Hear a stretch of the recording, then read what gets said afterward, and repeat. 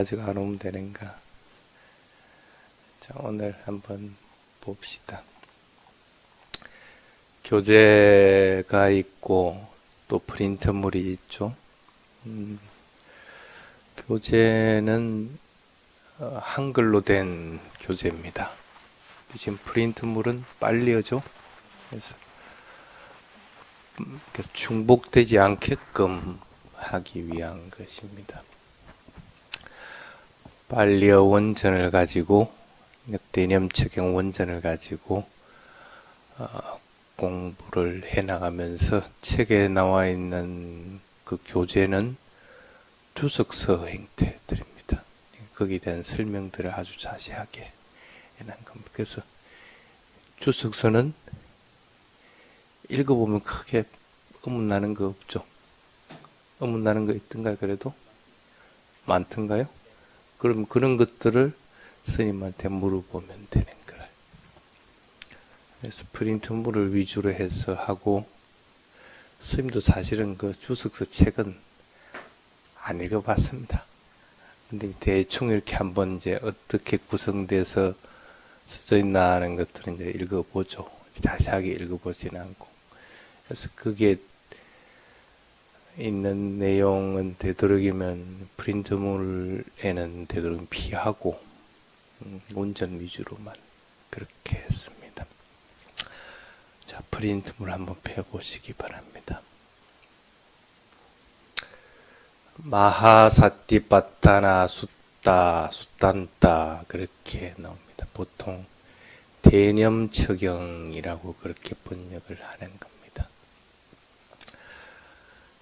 한번 읽어보겠습니다. 빨리 경전에 염처와 관련된 두 가지 경전이 있다. 하나는 중부경전에 있는 사티파타나 숫다하고 또 하나는 장부경전에 있는 마하사티파타나 숫다. 그렇게 두 가지입니다. 그래서 따로 사티파타나라고 숫다라고 할 것 같으면 사념척영이라고 이제 그렇게 번역이 되고, 마하사티파타나 숫다라고 그렇게 하면 대념척영이라고 그렇게 이제 번역되는 것들입니다. 어쨌든 사티파타나 숫다는 두 경전의 내용이 비슷합니다. 단지 이제 마하사티파타나 숫다에는 사성지에 대한 설명이 조금 더 자세하게 나와 있습니다. 그래서 보통 교재로 선택을 할 경우에는 조금 더 자세하게 나와 있는 마하사티파타나 숫다를 보통 교재로서 그렇게 선택을 합니다.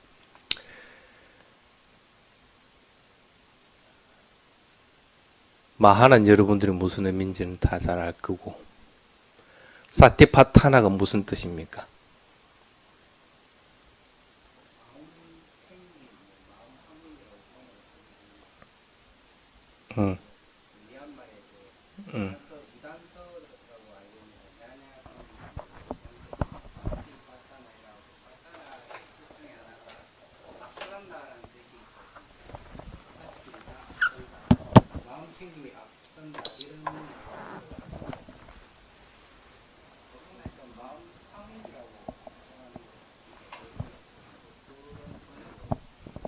앞서간다는 게 아니고 앞을 따라간다는 거지. 바에 타나가 되니까 바라고 하는 것은 앞에라는 그런 뜻이 있으니까, 타나는 장소, 대상이라는 그런 뜻. 그래서 앞을 따라가는, 앞에 있는 대상을 따라간다는 건 되기 때문에 아마 그렇게 해석을 한 것 같습니다. 근데 이게 사티파타나가 사띠의 파타나의 결합이 될 수도 있고 사띠의 우파타나의 결합이 될 수도 있습니다. 그래서 우파타나라고 할 경우에는 내용이 이제 많이 좀 틀려집니다. 우파타나가 될 경우에는 대상과 가까이 붙인다는 그런 뜻입니다. 그러니까 대상에다가 일치시킨다는 그런 의미가 됩니다. 그래서 수행에서 있을 때는 우파타나라는 의미로서 많이 쓰여지게 됩니다. 그래서 사띠의 파타나가 될 경우에 대상을 향해서 앞으로 나아간다는 그런 의미가 됩니다. 그러니까 알아차림이라는 사띠를 대상을 향해서 앞으로 나아가도록 하는 것. 그리고 우파타나가 되면 어떻게 돼요? 그 대상에 가까이 붙여서 대상에다가 착 달라붙는다는 의미가 되는 거고. 그래서 달라붙기 때문에 그걸 갖다가 이렇게 완전하게 덮어버린 대상과 일치시킨다는 그런 의미를 가지게 됩니다. 그게 이제 사띠파타나라고 하는 의미입니다. 그래서 사띠가 있을 경우에는 어떤 경우든지 사띠가 있을 경우는 어떻게 돼요? 대상과 가까이 따라붙든지 대상과 일치를 시키든지 간에 대상을 알아차리는 마음과 대상과 일치가 되기 때문에 마음이 다른 곳으로 벗어나면 안 되겠죠. 대상으로부터 벗어난다든지 아니면 마음이 들떠버린다든지 이런 경우가 있어서는 안 됩니다. 그래서 사티파타나를 하는 자들은 반드시 마음이 대상으로부터 벗어나서도 안 되고 마음이 들떠서도 안 되고 또한 사띠의 대상 외에는 다른 대상은 몰라야 되겠죠. 신념처를 하고 있다. 그런 몸에 대해서 알아차리면 수념처를 할 수가 없습니다. 수념찰 때는 수념처를 해야 됩니다. 이와 같은 이제 조건들을 가지게 됩니다.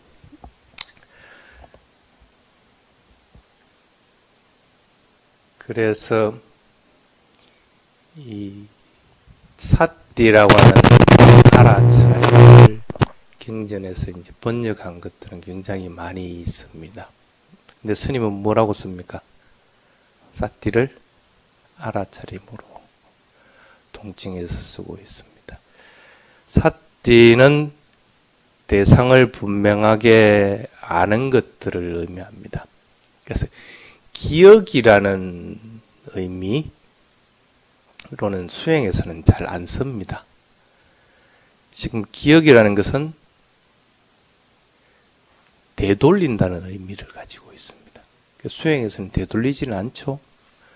기억이라 하더라도 현재 일어난 것들을 갖다가 대상으로 합니다.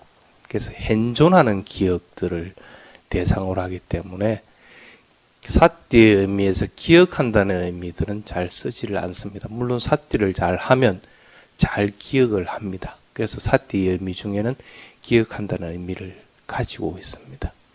그럼 사띠는 그 기능보다는 어떤 기능이 많습니까? 아까 사티파타나라고 할 때는 뭐라고 했어요? 대상에 달라붙고 대상에 가까이 가도록 하고 대상을 따라간다는 의미입니다. 쉽게 말하면 그 대상에 대해서 주의를 하지 않으면 안 됩니다. 그 대상이 뭔지 어떤 대상인지를 분명하게 알아야 됩니다. 그래서 사띠의 기능은 첫 번째가 그겁니다.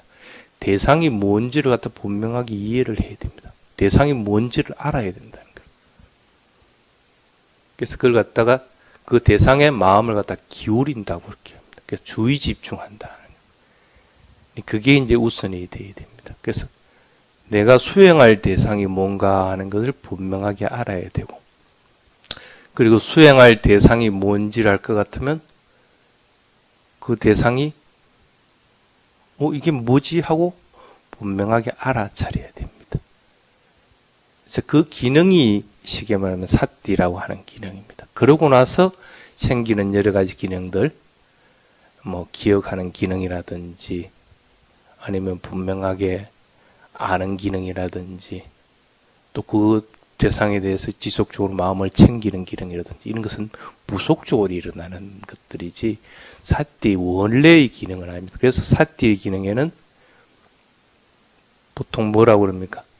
지금 현재 일어난 것, 그러니까 느낌이 발전되기 이전에 것들을 사띠의 대상, 사띠라고 한다고 합니다. 그래서 아른마리가 일어나기 이전의 단계들.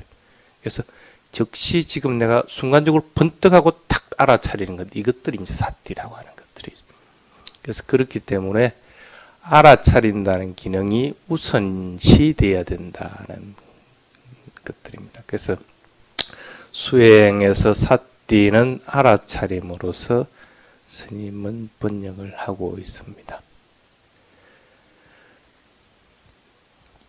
그래서 사띠빠타나라고 같으면 그 대상을 분명하게 알아차린다는, 그 대상에 대해서 확립한다는 의미를 가지는 것이 되는데, 그럼 그 대상을 잃어버리지 않고 대상을 분명하게 알려면 어떻게 해야 돼요?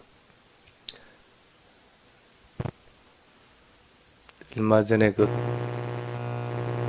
마라도인가? 마라도의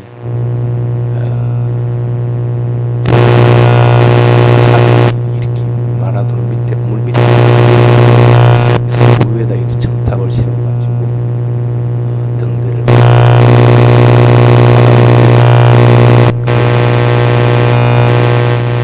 입설되니까 그게 부식이 돼서 낡아져 떨어져 나가요.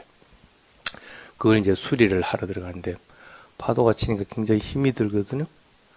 그럼 어떻게 해야 돼요? 장비를 가지고 이제 그 부러진 다리만큼의 장비를 가지고 물속으로 푹 들어가겠죠? 들어가서는 어떻게 돼요? 그 부러진 곳, 그 대상에다가 최대한 내가 다가가야 됩니다. 물이 아무리 밀어내더라도 그걸 고치기 위해서는 그걸 갖다가 내가 붙이게 되는 거야. 그거 탁 붙이고 나서는 어떻게 돼요? 그냥 붙어 있습니까? 절대 안 붙어 있죠. 그걸 막 끈으로 매든지 아니면 납땜을 하든지 이게 완전하게 착 갖다가 달라 붙여야 됩니다. 그래야만이 이제는 파도가 치고 하더라도 이 첨탑이 흔들리지 않고 보호받게 된다는. 이 사띠파타나라는 것은 바로 그런 기능들을 가지고 있습니다. 알아차림은 분명하게 대상에 대해서 깊이 들어가야 됩니다. 바닷속에 들어가야만이 그걸 고칠 수가 있습니다. 마음은 대상에다가 다가가야 됩니다. 그리고 그 대상에 다가가고 나서면 어떻게 해요? 그 대상을 분명하게 알아차림으로써 탁 잡아야 됩니다. 그래야 거기다가 붙일 수가 있습니다. 그래서 대상을 분명하게 거머쥐지 않으면 이게 얼마나 부사졌고 이게 어떻게 내가 치료를 해야 된다는 걸 알 수가 없습니다. 쉽게 말해서 대상을 분명하게 탁 달라붙어 있어야만이 여기서 일어나는 특성들, 무상고, 무아라든지 아니면 선정이라든지 통찰제가 일어난다든지 이런 것들이 일어나게끔 됩니다. 그렇게 해야만 어떻게 돼요? 그러고 나면 어떻게 돼요? 완전하게 확립이 되죠. 그 속에 이제 머무르게 됩니다. 그래서 알아차림을 확립한다. 완전히 탁 이제 달라붙는 겁니다. 그렇게 되면 어떻게 됩니까? 그 알아차림을 위해서 내가 보호를 받게 됩니다.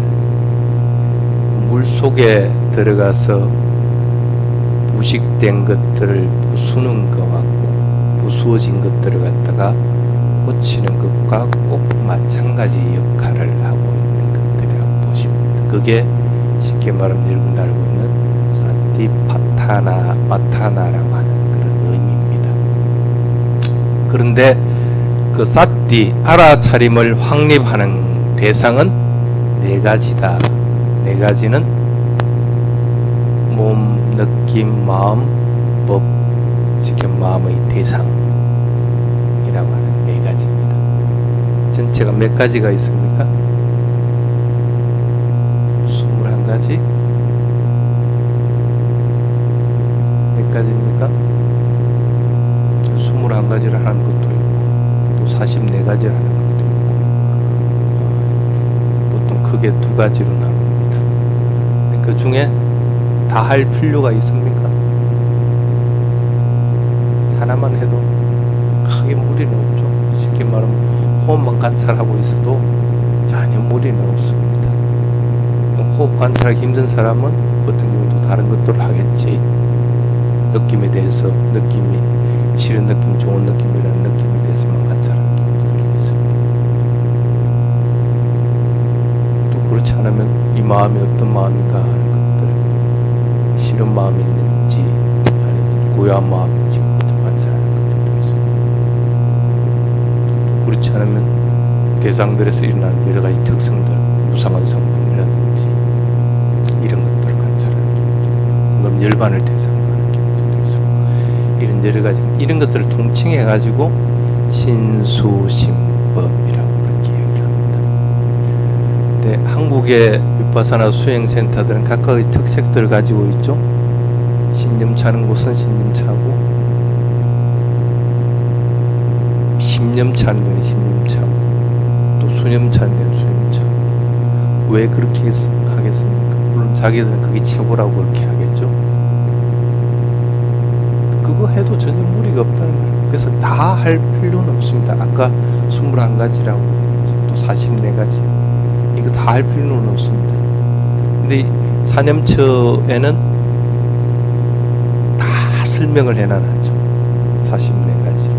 물론 스님도 44가지를 다 설명할 겁니다. 근데 여러분들이 해야 되는 거는 뭐 이거 좀 해보고 또 조금 해보고 이렇게 할 수도 있습니다. 근데 되도록이면 그런 것보다는 대표적인 것 몇 가지를 선택해가지고 그것만 쭉 해나가도 틀림없이 열반에 이르른다는 것들은 알아야 됩니다. 그래서 두루 다 알 수도 있지만은 꼭 그럴 필요성까지는 없다는 겁니다. 그래서 보통 이 네 가지로 나눈 게 몸에 대해서 알아차리는 대상은 어떤 것들이 있습니까? 대표적으로 하는 것이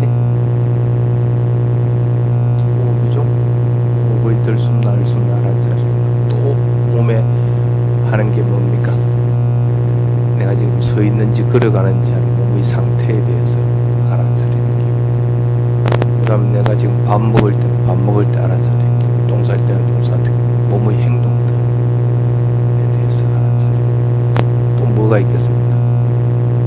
이 몸은 32가지 부정한 것으로 이루어져 있습니다. 머리털, 손톱, 발톱부터 묵은지 알아차리는 것들이 있습니다. 또 몸에는 여러분들이 잘 하는 게 뭡니까? 호흡이든 뭐든 이 몸을 구성하는 것은 4대 요소로서 이루어졌죠. 지수, 화풍 이런 4대 요소에 대해서 알아차리는. 이게 딱딱한 요소, 성질이다. 이게 움직이는 성질이다. 먼저 알아차리는 것들입니다. 또 어떤 게 있겠습니까? 죽은 시체. 여러분들에게는 잘 이 부분이 해당이 안 될 겁니다. 태국이나 동남아시아 같은 경우는 반드시 죽은 시체들을 진열을 해둡니다. 하루 지나고 몇 시간 지나고 이틀 지나고 3일 지나고 그 죽은 시체들을 보면서 수행하는 경우들. 보통 이렇게 이제 신념처 수행을 그렇게 나누죠. 그래서 그 죽은 시체들을 갖다가 잘게 쪼개버리면 경우수가 많아지겠죠. 그래서 경우 21가지가 44가지로 바뀌고 그래서 뭐 그렇게 되죠. 보통 크게 나누면 그렇게. 그 다음에 수념처는 어떤 게 있겠습니까? 느낌에 대해서 관찰하는 것은 즐거운 느낌이 있으면 즐거운 느낌이 있다고 알아차리고, 괴로운 느낌이 있으면 괴로운 느낌이 있다고 알아차리고, 그리고 즐겁지도 괴롭지 않고 지도 않은 무덤덤한 느낌이 있으면 무덤덤한 느낌이 있다고 알아차리고, 또 내가 욕심이 있으면 욕심이 있다고 알아차리고, 욕심이 없으면 욕심이 없이 알아차리고, 자애가 있으면 자애가 있다고 알아차리고. 그러니까 탐, 진, 치 이런 것들, 수념처는 그건 심념처. 수념처는 즐거운 느낌, 괴로운 느낌. 즐거운 느낌에 대한 것, 괴로운 느낌에 대한 것, 즐겁지도 괴롭지도 않은 느낌에 대한 것. 그 다음에 그건 정신적으로 알아차리는 거죠. 육체적으로 즐거운 느낌이 있고, 육체적으로 괴로운 느낌이 있고, 육체적으로 무덤덤한 느낌이 있습니다. 그런 것들에 대해서 알아차리는 것. 그 다음에 정신적인 즐거운 느낌, 괴로운 느낌, 즐겁지도 괴롭지 않은 느낌에 대한 거. 요렇게 해서 9가지를 나누죠. 그래서 그게 이제 느낌에 대해서 알아차리는 겁니다. 그 다음에 조금 전에 얘기했던 심념처 같은 건 어떤 겁니다. 그렇죠.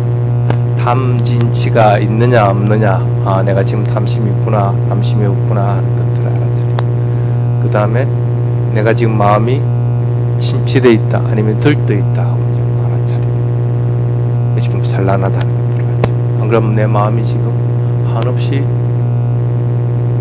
자유로서 넓어져 있다 아니면 충만되어 있다, 그 다음에 내 마음이 수행을 열심히 하다 보니까 어떤 대상에 대해서 다 고정되어 있다 아니면 내 마음이 이미 모든 번뇌로부터 벗어나 해탈해 있다 하는 것들을 알아차리고, 이런 것들이 이제 심념처에 해당합니다.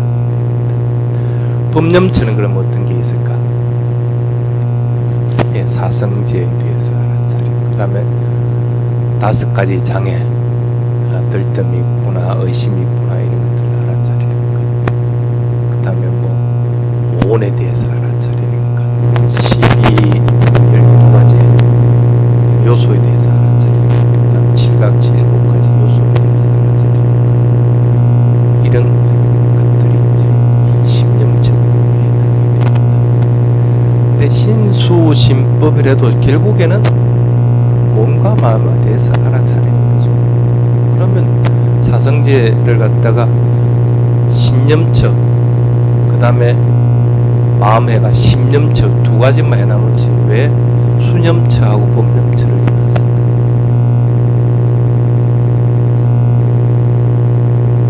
왜 해놨을까?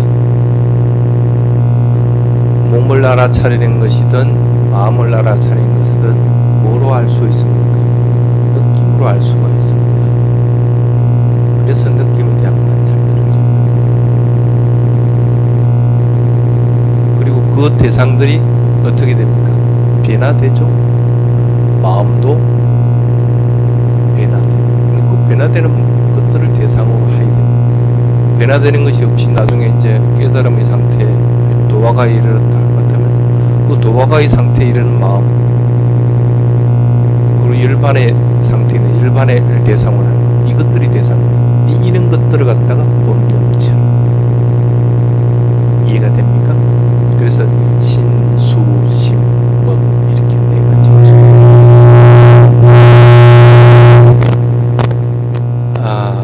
그러면은 이 신수심법 중에 어느 한 가지를 해도 무방하다 하겠습니다.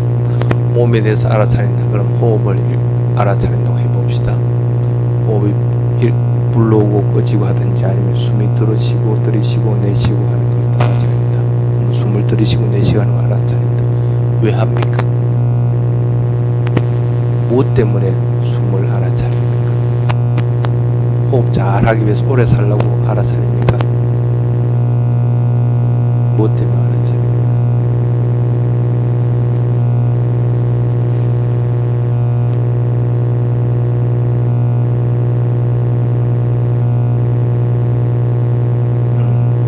그것도 맞습니다.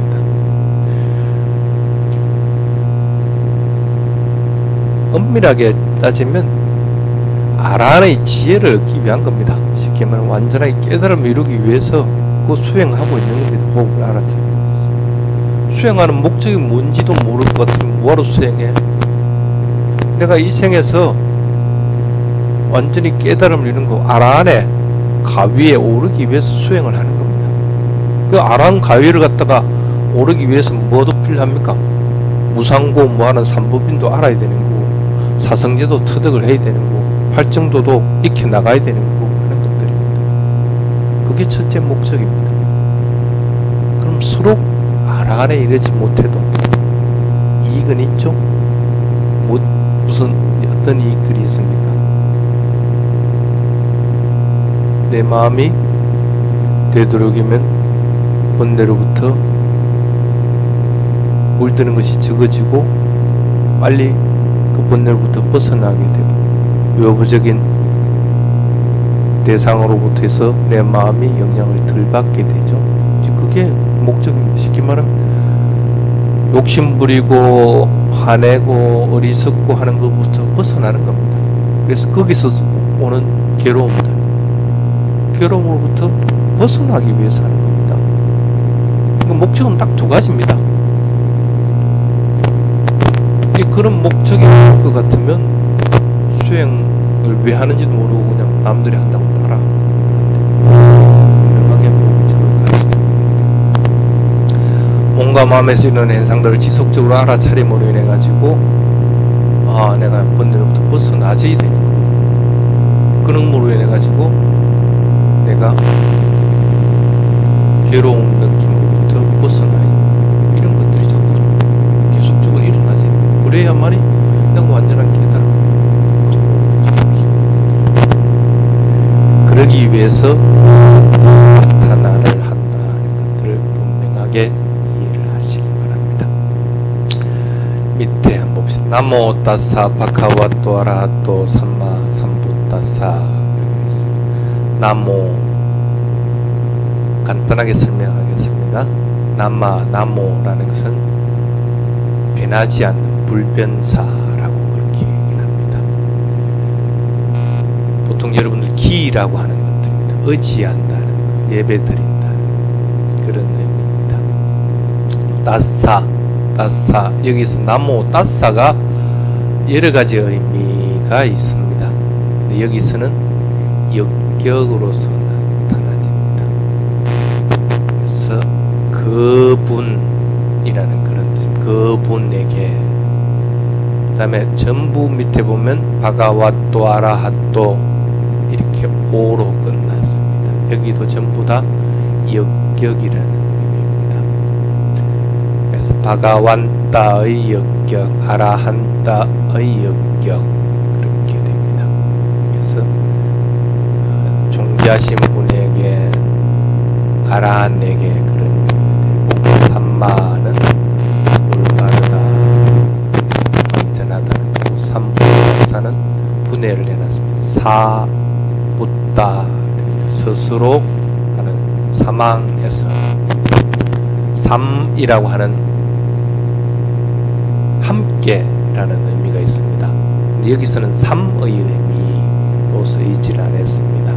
상이라고 하는 의미로 쓰였습니다. 단지 응이 삽입이 되면서 응이 음으로 바뀌어버리게 됩니다. 어문화되면서. 그래서 삼부따가 됩니다. 그래서 스스로 붓다, 깨달은 사람, 스스로 앞에 삼마가 붙으니까 스스로 완전하게 깨달은 사람, 이렇게 이제 해석하게 됩니다. 그래서 그분, 존귀하신 분, 모든 번뇌 떠나신 분, 스스로 완전한 깨달음 이루신 분께 예배드립니다 하는 것이 직역한 해석이 됩니다. 모든 경전에는 그 경전 단독으로 있을 경우에는 반드시 맨 앞 첫머리에 이 나모따사 바카와토 아라하토 삼마 삼부따사가 붙습니다. 여러분들 도표할 때 맨 처음에 뭐 했어요? 누구의 먼저 했죠? 나모따사 먼저 합니다. 그러고 나서 그거는 이제 끝났습니다. 그러고 나서 3부의 찬 이렇게 했습니다. 5개 받을 때 맨 처음에 3기 5개 받을 때 맨 뭐 했어요? 나모따사 먼저 합니다. 그러고 나서 3기 5개를 받았어요. 그러고 나서 스님 법문을 한다. 법문 앞에 맨 처음에 뭐 할 것 같아요? 어떤 경우든지 법문할 때 스님들은 맨 처음에 나모따사 바카와토 삼마 삼부따사 먼저 딱 하고 법문을 합니다. 태국 같은 경우에는 그렇게 하고 나서 그날 법문 내용을 빨리어로 간단하게 얘기를 합니다. 얘기를 하고 쉬운 말로 이제 우리말로 부르습니다. 어떤 경우든지 그렇게 됩니다. 경전 단독으로 되어 있을 경우에는 반드시 맨 앞에는 요게 먼저 들어가요. 이렇게 들어가지 않을 경우에는 언제냐 하면 여러 가지를 같이 할 경우에, 쉽게 말하면 대념체경도 하고 아니면 시비연기도 하고 이렇게 스님들 독송을 이렇게 쭉 할 경우에는 대념체경 앞에 또 나모따사 하고 시비연기 앞에 또 나모따사 하고 이렇게 하는 것은 아닙니다. 한 번만 합니다. 그렇게 보면 12연계 앞에는 나무다사가 없죠. 어쨌든 한 단락이 시작이 될 때는 어떤 경우에 한 단락이 앞에는 나무다사라고 하는 것이 먼저 들어가게. 그게 대념적용에 보면 대념적용 앞에는 나무다사 부분이 없죠. 왜 그랬습니까? 근데 그 책 D가니까 D가니까 맨 앞에는 반드시 나무다사 있죠. 그런 의미입니다. 다른 경들이 쭉 있을 때는 그 맨 앞에다 이렇게 그런 의미입니다. 여기서는 여러분들은 지금 대념적용만 하기 때문에 대념적용 맨 앞에다 나무다사를 붙여놨다고 이해를 하시면 됩니다.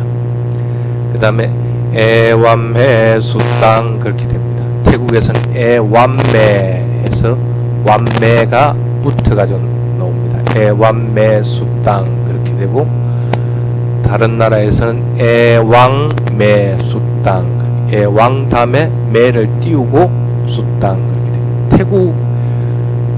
태국에서는 빨리 공부하기 참 힘듭니다. 대부분 이 단어들이 그냥 붙어놨습니다. 대부분이 보면 그렇게 그냥 막 마구잡이로 붙어 있습니다. 그러니까 요놈 그 분해하기가 참 힘이 들어. 근데 좀 다른 나라들은 좀 떨어져 있는 경우이기 때문에 좀 공부하기가 좀 수월한 경우들도 있습니다.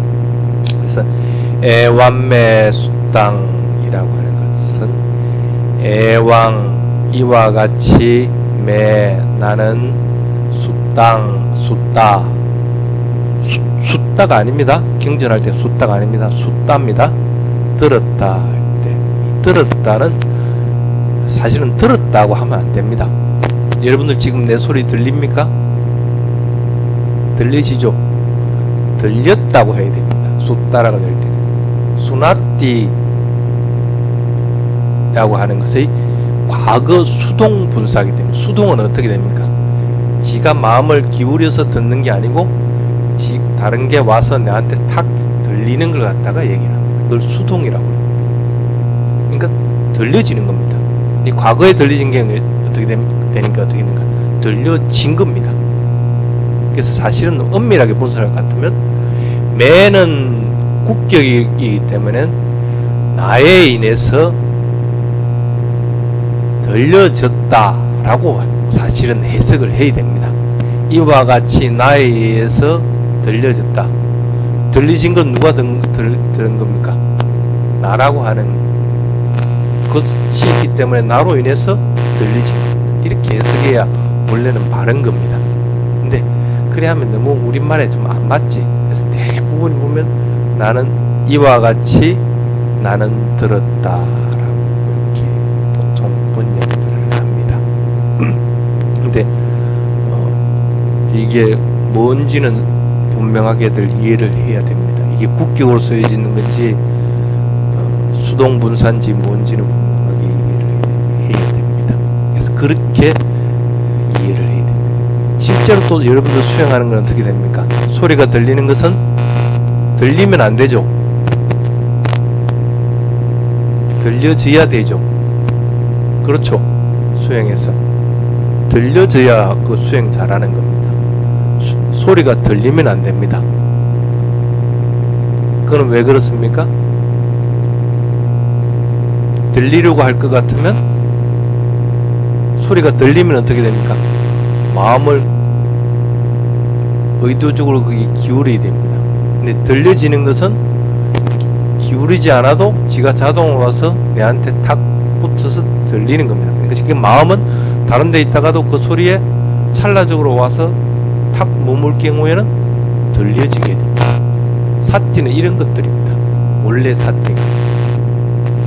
사띠는 그래서 자연스러워야 되는 거고, 사띠는 붙잡아서도 안 되는 거고, 달라붙어서도 안 되는 거고, 밀쳐내서도 안 되는 것들. 지금 현재 일어난 것을 단지 알아차리는 것뿐이라는 겁니다. 그렇게 하려면 실제로는 들려지어야 됩니다. 이해가 됩니까?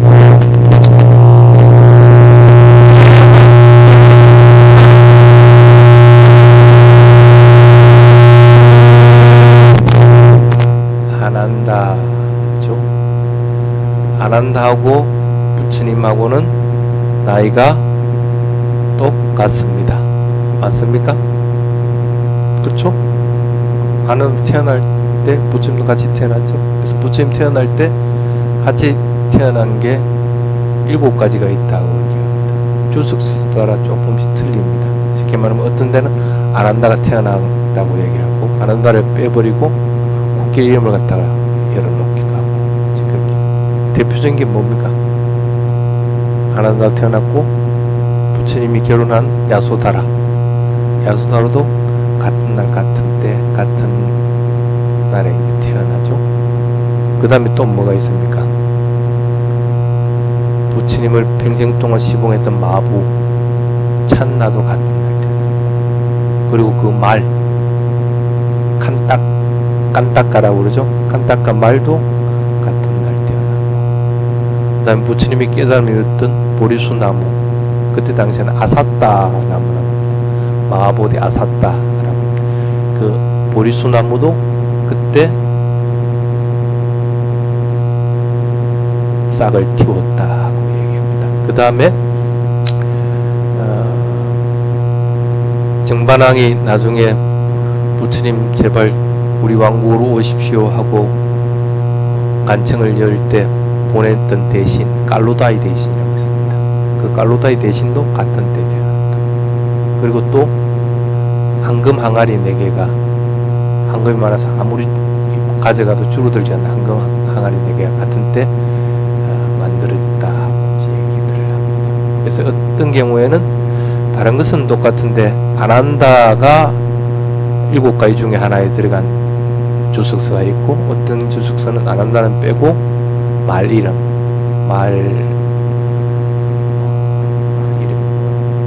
아로하나야인가 뭐 하는 코끼리가 그 대신 아난다 대신에 들어간 거죠. 그래서 아난다는 부처님하고 똑같습니다. 쉽게 말하면 똑같은 나이가 부처님 시봉한 거라. 여러분들 그리 하겠어요? 부처님이 얼마나 위대했으면 꼼짝 못하고 거기서 시봉을 했겠노. 그것도 25년간이나. 부처님 20년 동안에는 특별하게 시자가 정해진 게 없었죠. 여러 스님들이 시봉을 했습니다. 시봉하다가도 에이 나 시봉 못하겠다고 도망가 버리면 부처님이 안 잡았습니다. 근데 21년부터는 깨달음이 일어나서 21년부터는 안 한다가 마지막 부처님 열반할 때까지 줄기차게 계속 시봉을 할 때 하기 전에 이제 안 한다가 그 조건을 겁니다. 쉽게 말하면 부처님하고는 똑같은 동갑이단 말이야. 그럼 다른 사람들이 와서 봤을 경우에는 자칫 잘못하면 착각하는 수가 있습니다. 누가 스승이고 누가 제자인지를 모릅니다. 그래서 안 한다가 그런 것들 미연에 방지하기 위해서 이거는 내가 부처님 안 하겠다 하고 한 게 있고, 이거는 부처님 반드시 내 청을 들어줘야 되겠다 줘야 된다 해가지고 그 조건이 치워졌을 때 안 한다가 시자가 됩니다. 시자가 되는 과정들은 그걸 이제 상가에서는 상가감마라고 이렇게 합니다. 자꾸 이제 부처님 시자가 바뀌어서 하니까 제자들도 좀 답답하거든. 뭐 하나 지속적으로 있어가지고 뭐 부처님 시봉을 좀 했으면 좋겠는데, 그래서 이제 상가감마에서 상가회의를 합니다. 누가 가장 부처님 시봉을 잘하겠는가. 그것을 이제 안 한다가 결정이 됩니다. 그래서 안 한다에게 의향을 물으니까, 그럼 그 자리에서 상가감마에서 부처님 그러면 나에게 이런 것은 하지 말고 이런 것은 해주면 나는 부처님을 평생도록 시봉을 하겠습니다. 하지 말라는 건 보통 의식주가 관계있습니다. 쉽게 말하면 누가 여기 있는 진용스님한테 가사를 줬다. 그럼 시자가 보기엔 가사가 좋거든. 그러면 스님 가사 좋네요 이렇게 할 것 같으면 나는 어떻게 합니까? 그래? 입으라 하고 이 가사를 줘버린 거야. 그러지 말아야 나 부처님한테. 부처님한테 준 가사는 자기한테 주지 말아야 돼. 나는 아직 욕심이 있기 때문에 쉽게 말하면 가사 가사 좋다는 마음이 일어난다는 거야. 그리 하더라도 부처님은 이 가사를 나한테 주지 마라. 가사만 그런 게 아니고 맛있는 음식이 들어왔을 때도 꼭 마찬가지. 부처님은 아무런 욕심이 없고 번뇌가 없기 때문에 이걸 먹든지 이걸 입든지 간에 전혀 관계없는데 안 한다나 안 그렇다는 거야, 자기는. 그러니까 옷도 들어와도 나한테 주지 말고, 좋은 음식 들어와도 나한테 주지 말고, 또 음식을 나가서 탁발음 해가지고 먹습니까? 그렇지 않죠. 공양청을 합니다. 공양청을 하더라도 나 내보고 같이 가자 소리 하지 마라. 나는 그거 안 간다. 공양에 대한 게 두 가지. 그 다음에 하나가 뭐냐면, 시자는 지금도 마찬가지. 여기에 부처님 머무르고 있다. 그럼 시자는 저 조그만 방에 가서 시자 방이 있습니다. 그리고 같이 방 안에 있는 거죠. 그렇게 돼 있는 것이지 따로 방을 하나 만드는 법이 없습니다. 시키면 독방을 안 된다. 항상 그러니까 붙어 있다. 그래서 독방 하는 것은 내한테 용을 하지 마라. 이 네 가지는 부처님 제발 부탁인데 하지 말아 주십시오. 그럼 네 가지는 반드시 청을 들어줘야 된다는 게 뭐냐면, 누가 법문청에 있다. 그러면 나 바빠서 그냥 못 간다. 이 소리 하지 마라. 그래서 스님이 죽겠습니다. 법문청에 있으면 안 간다 소리를 못 하니까 가야 되는 거야. 내가 아무리 바빠도 겹치기가 안 되면 그걸 조정을 했어라도 가야 되는 거야. 안 한다도 조건을 게 부처님 법문청 하면 무조건 가야 된다는 거야. 이거 법을 청하는데 반드시 가야 되는데 내가 따라가야 된다는 거야. 부처님 말씀 다 듣겠다는 얘기야. 법문하는 데는 무조건 가야 되고, 그 다음에 누가 있으면 사람이 찾아옵니다. 그러면 아유 내가 아파 이런 소리 하지 마라.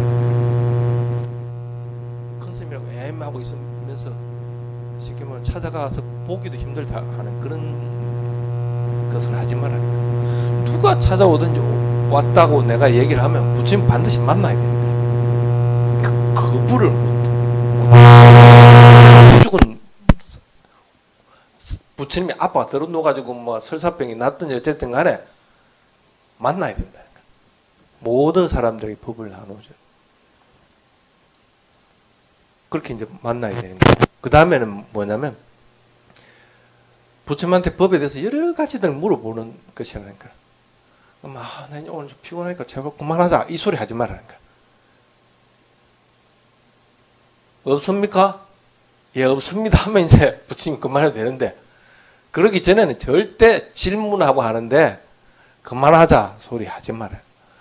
뭐든지 의문나는 걸 물어보면 반드시 답을 다 해야 된다는 거야. 그거 다 해라는 거라. 부처님 보고 죽으라는 얘기야. 그게 정해져 나오니까 지금도 스님들은 그건 불변율입니다. 죽겠어요. 그거 안 한다. 저 스님 때문에. 스님들이 지금 스님들. 그 다음에 네 번째가 뭐냐면, 20년간은 부처님 시봉 안 했죠. 안 한다가 20년간 법문했던 걸 내한테 전부 다 돌리도. 전부도. 지금부터 21년부터는 이제 자기가 다 들을 거니까. 어쨌든 분이 법설하는 데는 다 자기가 참가한다고 했고, 뭐 사람들 찾아오는데도 자기가 다 있으면서 다 듣고, 뭐 질문하는 것들도 다 듣고 할 거니까 부처님하고 항상 붙어 있는 거니까 문제가 없는데, 그 전에 20년간 안 한다가 못 들었다. 그러니까 20년간 했던 법문을 자기한테 다 들려줘라. 그러니까 모든 부처님 법문을 다 듣겠다는 얘기야. 부처님 허락을 했거든. 그래가지고 안 한다가 시자가 됩니다. 그런데 이와 같이 나는 들었다 하고 얘기를 합니다.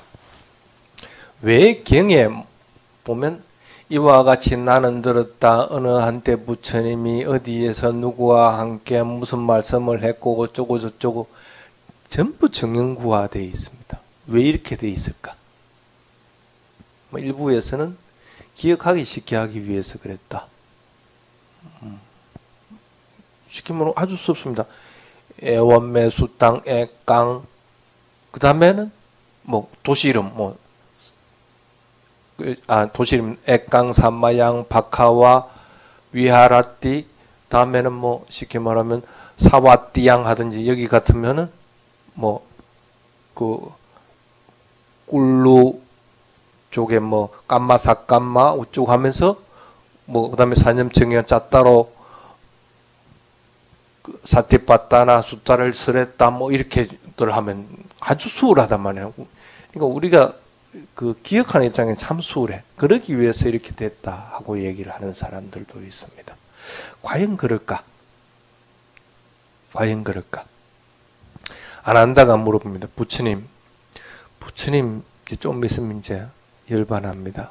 열반하고 나면 우리는 무엇을 의지해서 살아야 됩니까? 하고 합니다. 뭘 의지해서 살아야 되겠습니까? 부처님 열반하고 나서는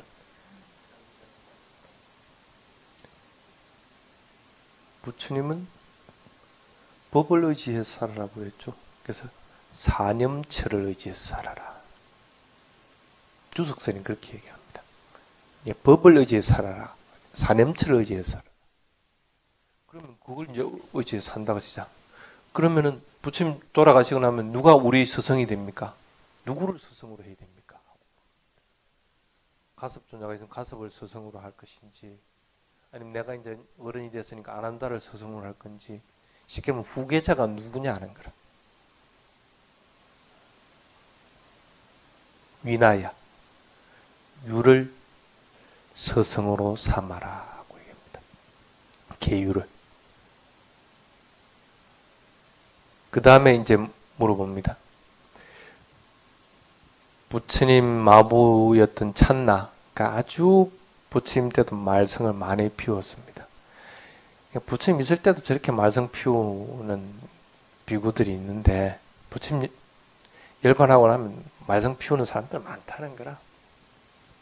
그런 말썽 피우는 이 스님들은 어째야 됩니까? 하고 물어봅니다. 쉽게 말하면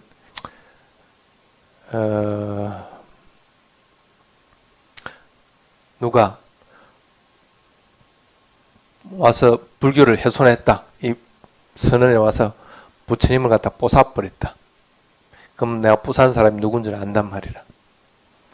그럼 요 앞에 다니는 장정교회 목사님이 와서 뽀사왔다. 그럼 네 우짜기라는 거야. 나쁜 짓 했다는 거야. 나쁜 짓은 저걸 어떻게 할 것이냐는 거야. 어떻게 해야 돼? 말없이 상대하지 말아라. 가서 예수님 뽀사뿌라는 게 아니고 말없이 상대하지 말아라. 그걸 이제 별중이라고 그렇게 얘기합니다. 찬나에게 그래서 별중제를 매깁니다. 찬나가 와서 내한테 뭐 물어봐도 대답도 안 해. 전 투명인간이라 쉽게 말하면 지가 무슨 짓을 하든지 뭘 하든 간에 일철 없는 사람이 되면 그걸 이제 별중이라고 합니다. 말없이 상대하지 말라는 거라. 말 걸지도 말고 말을 걸어오더라도 말 대꾸도 하지 말고 아예 없는 사람으로 치고. 그럼 저 사람이 어떻게 되겠어요? 나중에는 자기 잘못을 누집니다. 찬나가. 장정교회 목사님도 만약에 주변에서 그렇게 한다고 할 것 같으면 아, 내가 이 부처님의 훼손한 그 때문에 내가 이렇게 외롭게 혼자가 되는 거라고 알아차린다는 거예요. 그래서 정오는 정오로서 다스릴 수 없다고 그러죠. 맞대응하는 것은 이미 그 불교적인 방식은 아니라는 거죠. 그 다음에 이제 물어봅니다. 그러면은 부처님 열반하고 나서 부처님이 남긴 말씀은 어떻게 할까요? 어떻게 우리가 기억을 해야 됩니까? 하고 물어보니까 부처님이 그럽니다. 그때 이와 같이 나는 들었다. 어느 때 부처님이 어디에서 뭘 어떻게 설했다. 이렇게 암송하도록 하라 하고 부처님이 얘기를 합니다.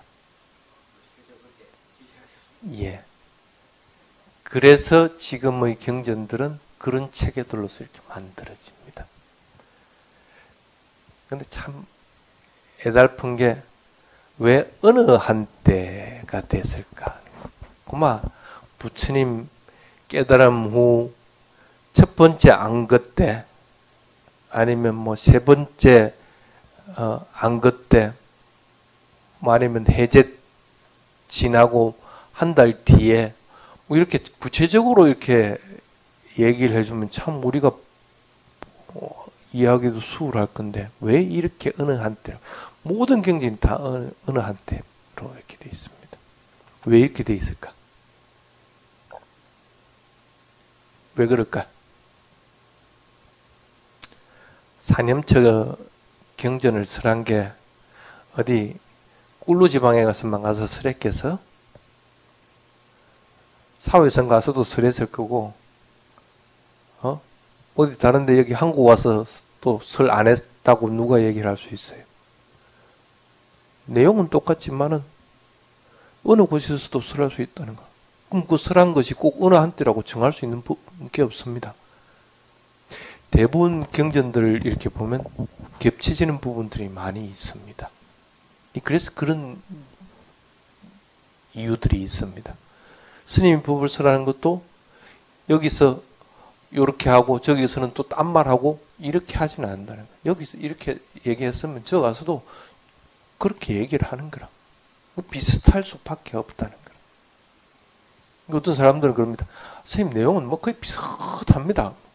당연히 비슷할 수밖에 없지 뭐.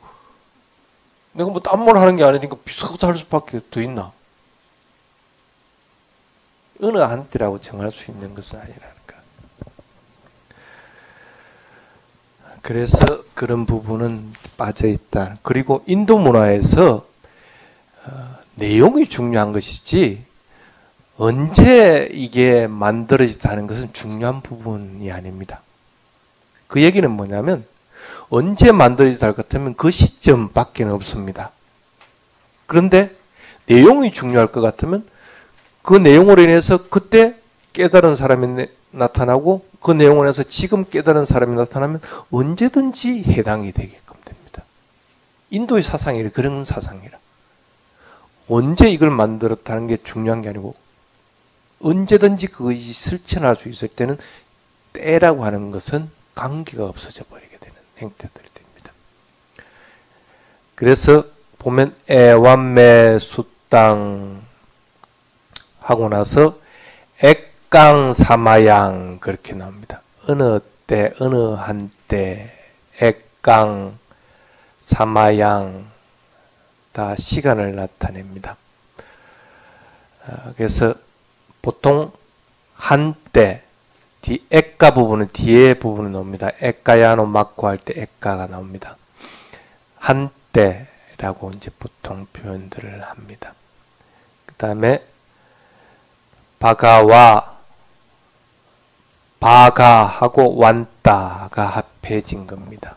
존귀하신 분, 행복이 가득하신 분이란 그런 뜻입니다. 여러분들도 항상 행복하면 여러분이 바가와입니다.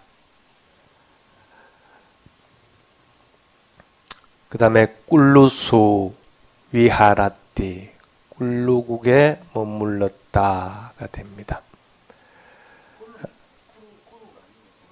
꾸루 내가 잘못 발음을 했습니다. 꾸루입니다. RU이기 때문에 L 발음이 앞으로 가서 붙질 않습니다. 그래서 꾸루입니다. 꾸루국에 머물렀다. 그래서 보면 전부 위하라띠라고 되어 있죠. 현재 분사로 되어 있습니다. 그게 이제 이 빨리어의 장점입니다. 그 다음에 그 꾸루국 어디에서 머물렀냐면 깜마사담마라고 하는 도시 이름입니다. 깜마사담마 나마라고 부르는 라고 이름하는 곳에 머물렀는데 누구를 대상으로 꾸루낭 니가모 꾸루 사람들의 마을에서 꾸루 사람들을 대상으로 하는. 그래서 한때 세종께서는 꾸루국의 깜마사단마라고 불리는 꾸루인들의 마을에 머무셨다. 그렇게 내집니다. 꾸루국에서 부처님이 경을 설한 것들이 굉장히 많이 있습니다. 대표적인 게 이 대념처경이고, 12연기 어디서 설했을까? 꾸루죠. 안 한다고 봅니다. 아, 부처님 12연기 그거 참 쉽습니다. 이놈의 자식아, 연기 그리 쉬운 거 아니다. 아주 심하고 어려운 것이다 하고 그렇게 얘기한 것도 이 꾸루국에서 있습니다. 또 부처님에게 해코지를 했던 마간디아, 자기 딸이 아주 절세미인이니까 부처님하고 결혼시키려고 한 거 있죠. 담마바다에 넣은 마간디아.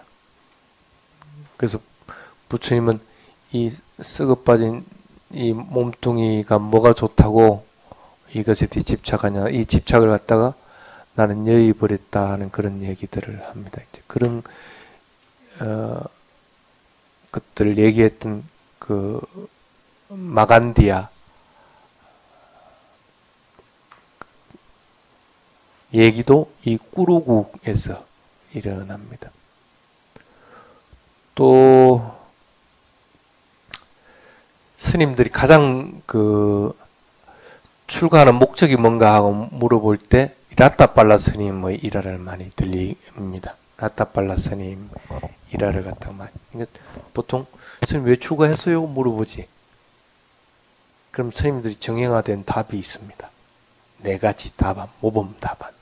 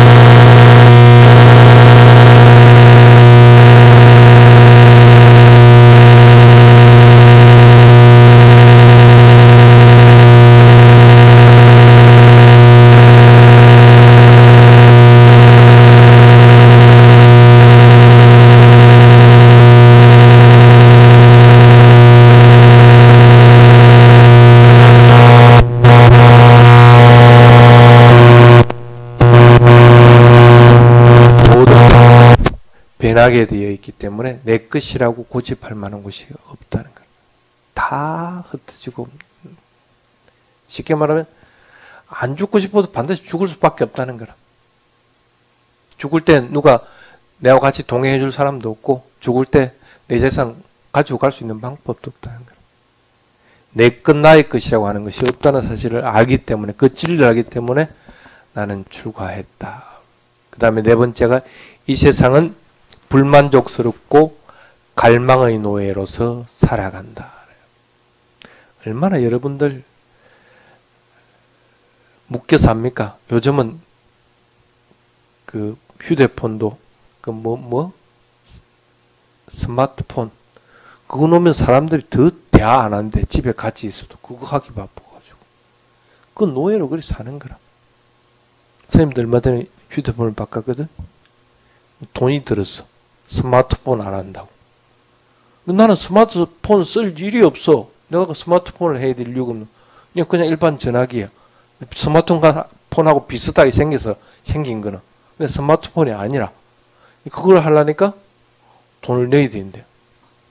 그래서 돈을 줬어. 내가 쓸 이유가 없을 것 같으면 내가 쓸 필요가 없으니까 안 하는 거지. 어쨌든 이렇게 갈망의 노예로 산다는 거라. 가래라고 하는 진리를 받기 때문에 나는 출가했다. 이 네 가지입니다. 스님들이 스님 뭐가 출가했어 물어보면 전부 다 이 네 가지 답이 중에 하나입니다. 출가의 목적입니다. 출가의 목적에 대해서 스님들이 얘기할 때는 이 스님의 일화를 갖다가 많이 이야기합니다. 그래서 이 와라타팔라 스님도 마찬가지로 이 꿀루 지방에 계셨던 분입니다.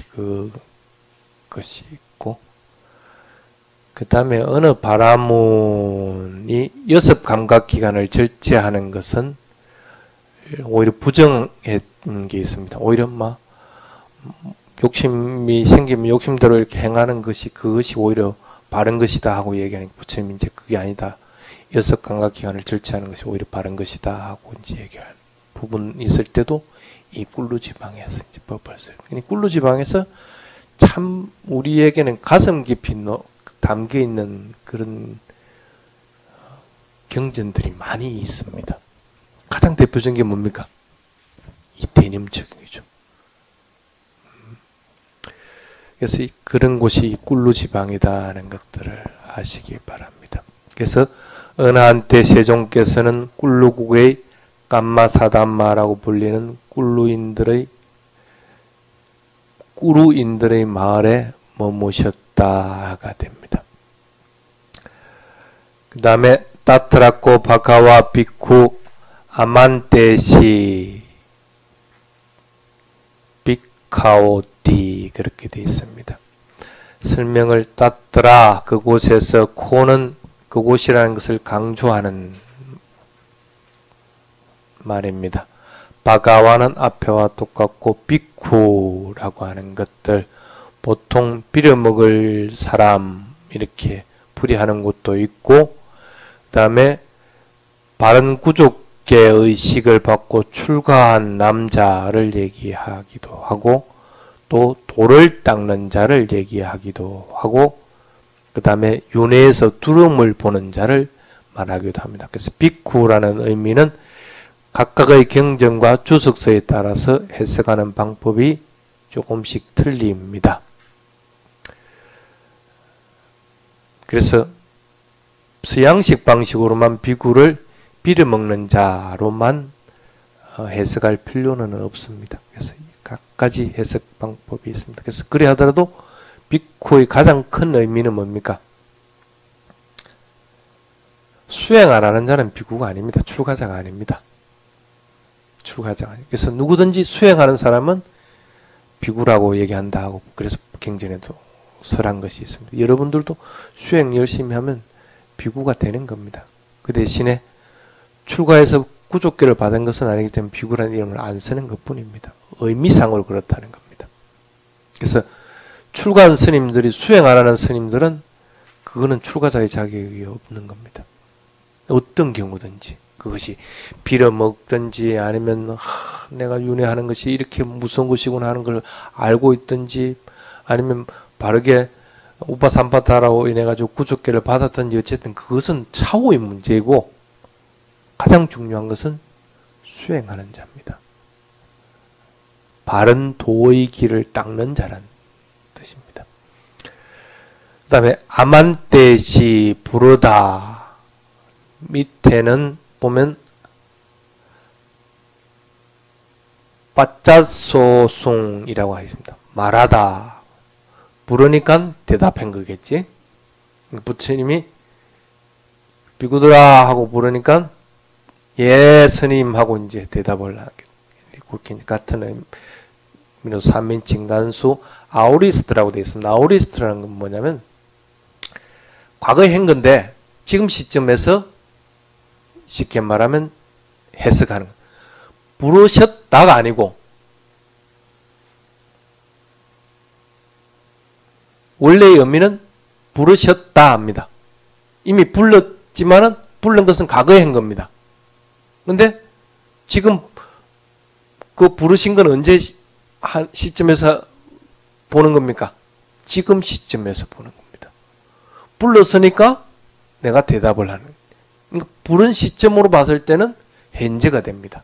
그러니까 그러니까 그 대신에 부처님이 불렀던 시점은 이미 과거가 됩니다. 그래서 어떤 경우는 이게 현재인지 과거인지 오리무중하는 상태가 있습니다. 이것을 갖다가 보통 이제 아오리스트라고 이렇게 합니다.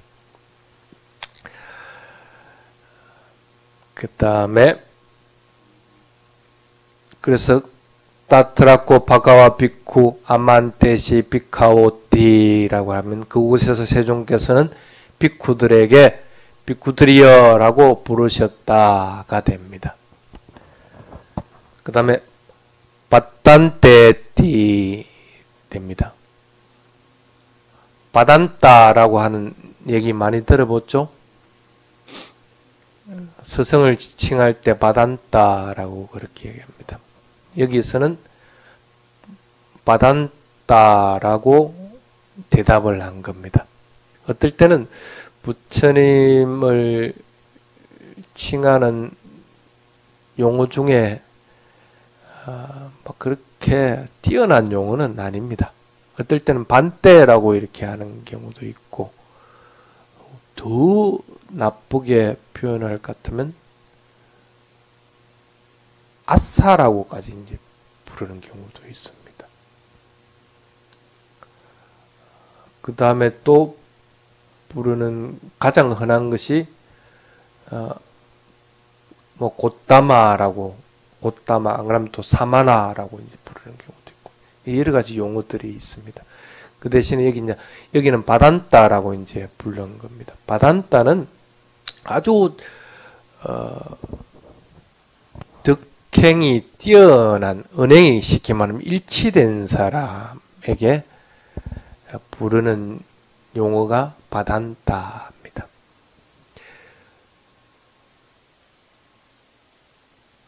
반디따라고 들어봤죠? 반디따는 어떤 때 부르는지 아십니까?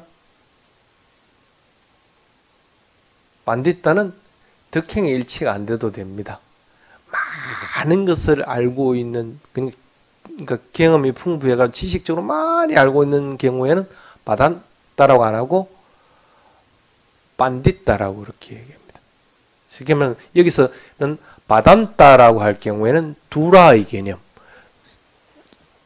익히 닦아가지고 내가 말하는 것이나 행동하는 것이 동일하게 될 때는 보통 이 바단따라고 합니다. 그래서 반디따보다는 조금 더 나은 개념이죠. 그래서 그러니까 존경이 스스로 우러난다는 그런 뜻입니다. 그래서 존경하는 분이란 큰 어른이란 뜻이. 그래서 보통 한국에서는 대덕이시여, 존자시여 이렇게 이제 표현들을 많이 해놨습니다. 그 다음에 띠때 다 밑에 설명을 해놨습니다. 빅구 빅카오 빠짝 소숭 그렇게 합니다. 말에 대답했다. 빠띠수나띠라고 하는 빠띠, 아까 사띠빠탄 할 때 빠하고 빠 비슷하게 쓰입니다. 그래서 빠띠수, 그 다음에 나는 부정행이죠. 나. 그래서 빠띠를 보통 그 두 가지로 해석을 합니다. 흐름을 향해서 나가는 거하고 흐름을 거슬러서 나가는 두 가지 의미가 있습니다. 사실은 빠띠는 그런 의미입니다. 흐름하고 관계가 있는 겁니다. 예를 들어서 숲빠띠라고 했다. 그러면 숲빠띠를 뭐라고 해석할 것 같아? 흐름을 따라 잘 나아간 사람을 숲빠띠라고 할 거야? 아니면 흐름을 향해서 잘 거스른 걸 갖다 숲빠띠라고 할 거야? 두 개 다 맞습니다. 빠띠라고 하는 의미는 요 흐름의 딱 중앙에 있다는 거야. 어디로 따라갈 거라? 바른 방향으로 따라갈 거야? 그런 방향으로 따라갈 거야? 그래서 빨리가 어렵다는 거야. 똑같은 단어인데도 어떤 거는 요소는 숲빠띠가 흐름을 거스른 것으로 해석해야 되고, 어떤 데서는 이거 흐름을 바르게 나간 것으로 해석해야 되고, 그런 차이가 납니다. 아니죠. 틀린 거 아니고, 빠띠라는 것은 그런 의미를 가지고 있다는 거라. 그렇기 때문에 문맥에 따라서 해석하는 것이 틀리지게 된다는 거라. 지금 여기서는 일치해가지고 야 하고 부르니까 하고 바로 흐름을 따라서 대답을 한 것이 되게 되는 거죠. 야 했는데 대답을 안 했을 때도 마찬가지로 이 단어를 쓸 수가 있습니다. 흐름을 거스렸을 경우에. 근데 앞에 보니까 바단대라고 적어놨거든요. 그러니까 흐름을 거슬린 건 아니고 따라간 것이 되는 거죠. 그래서 대덕이시여라고 그 빅구들은 세존에게 대답했다. 그렇게 됩니다. 그 다음에 바가와 오 다사 오자 이렇게 됐습니다. 바가와 에따 에따 됩니다. 에땅으로 바뀌죠. 에따 아오자 그렇게 됩니다. 이렇게 설하셨다. 세종께서는 이렇게 설하셨다. 뭐라고 설했나? 그게 액가연어 아양비카오 비카웨 맞고 사타낭 위수티야 하면서 쭉 연결되는 겁니다. 비쿠들이여 바로 이 도는 유일한 길이니 중생들의 청정을 위한 길이고 뭐 어쩌고 저쩌고 하면서 쭉 설명을 해나간 겁니다. 예.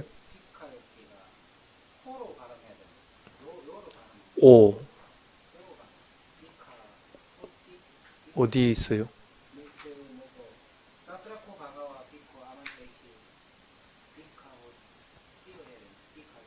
비카오. 예. V 발음 말하는 거죠? 그 V 발음 무슨 발음입니다. 그래서 비카오 그렇게 됩니다. 됐습니까? 그 다음에 우대사 부분입니다. 사실은 앞에는 이경을 설한 유래에 대한 것들이기 때문에 크게 수행하고는 관계가 없습니다. 그래서 여러분들이 중요한 부분은 아닙니다. 예.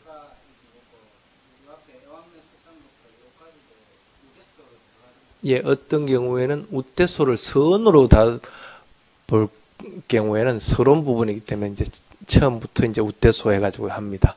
근데 대부분은 보면 앞에 쉽게 말하면 부처님이 어디에 계셨고 뭘 하셨고 하는 것은 우대소 부분으로 대부분 안 였습니다.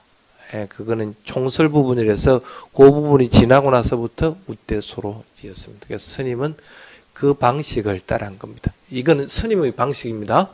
그래서 그 우대소를 맨 처음부터 였든지 아니면 지금부터 에까야노 아양부터 였든지 그거는 여러분 마음입니다. 그러니까 스님이 봤을 때 우대소라고 하는 것은 서론 부분에 해당이 되는 게 아니고 이 경의 전체적으로 어떤 경이냐 하는 것 갖다 얘기했을 때 우대소라고 이름을 붙인다고 이제 봤기 때문에 지금 이제 에까연 아양 비카오부터는 우대소 부분으로서 분류를 해나가는 겁니다. 사실은 이 우대소가 경 전체를 좌우하게 됩니다. 수행하면 이름들이 있다. 그 다음에 어떤 수행, 어떻게 해야 된다 하는 것들 설명해 놓고, 그 뒤에는 이제 상세하게 신수신법으로 이렇게 설명되어 들어가는 본론 부분이 나오고, 그 다음에 그렇게 수행했을 때 어떤 이익이 있다 하고 이제 결론 부분을 이제 만들어진 게 이 대념책경입니다. 자, 오늘은 앞에 이까지만 하고, 우대소 부분은 사실은 이거 오늘 다 하려고 했는데, 하자고? 지금 1시간 반 했다.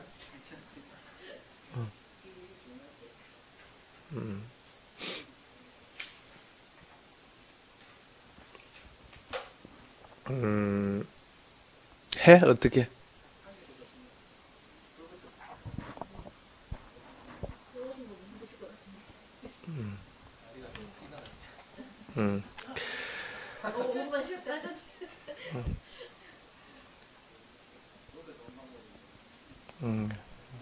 해도 되는데, 일단 프린트물은 여러분들 있으니까 가져가서 한번 읽어오고 하면 좀 더 진도를 빨리 뺄 때 좀 수월할 겁니다. 오늘은 여기까지 하고 우대소부터는 다음 주 넘어가.